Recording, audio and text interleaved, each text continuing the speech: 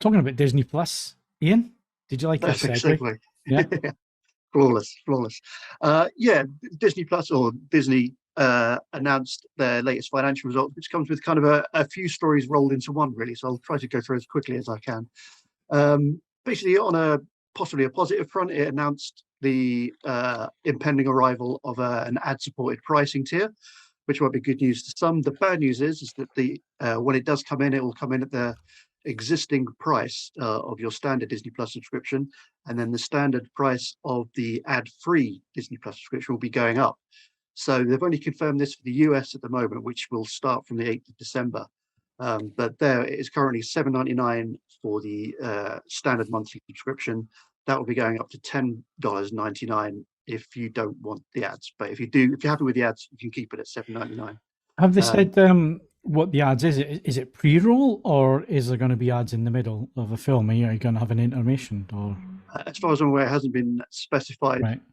Exactly how it works. I mean, there is obviously the people will be concerned about the kind of the intrusion level of it. Nobody wants their viewing interrupted. You know, you might happily sit through a couple of minutes of ads before watching a film, but would you be happy if that film stopped halfway through? Yeah, not quite so much. No. So it'll be interesting to see how that rolls out. And on the other upside for Disney, though, if they do lose a few subscribers, they probably won't lose too much sleep, because they did also announce that across Disney Plus, Hulu, and ESPN Plus, which it also owns, it now has a combined total of 222 or 221.1 million subscribers in total across the world, which now puts it above Netflix. So Disney is semi-officially the number one streaming provider in the world right now. Okay, well, it'll be interesting to see if that's still the case when they bump the prices up, because it's had a negative impact on Netflix when they did that. But their ad system is actually going to be a cheaper price point, isn't it? So yes, yeah, they said they won't be increasing the price. Not what Netflix has said, that they won't be increasing the price. So you can keep your standard rate if you like, but there won't be any change there. So yeah, it'll be interesting to see how people react and whether they're happy to pay the extra to keep the ads away, or whether they'll take the intrusion to keep the price down.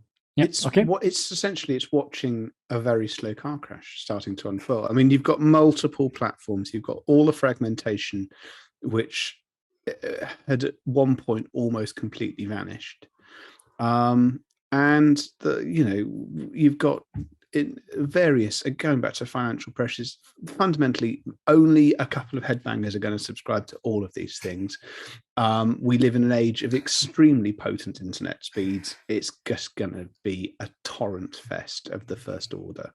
And I'm assuming that they're not stupid enough not to have priced that in. I just don't know if they've priced it in enough. I think a lot of these calculations are still 2021 numbers and not 2022 numbers, and I think it's going to get very, very interesting.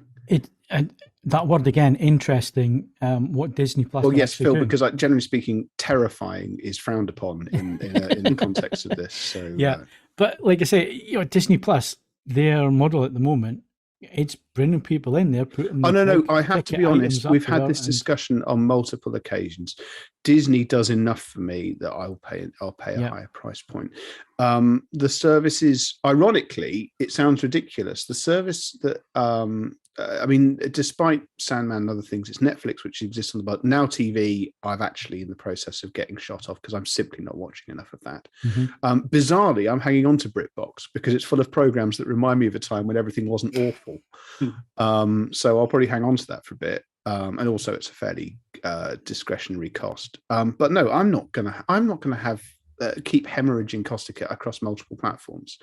And I can't say any further than that. But it's just effectively things aren't the idea that we're all just going to go, yeah, I don't mind one series hiving off to a different thing, and I'll keep willingly adding subscriptions to these platforms is utter wishful thinking. It's just not going to happen.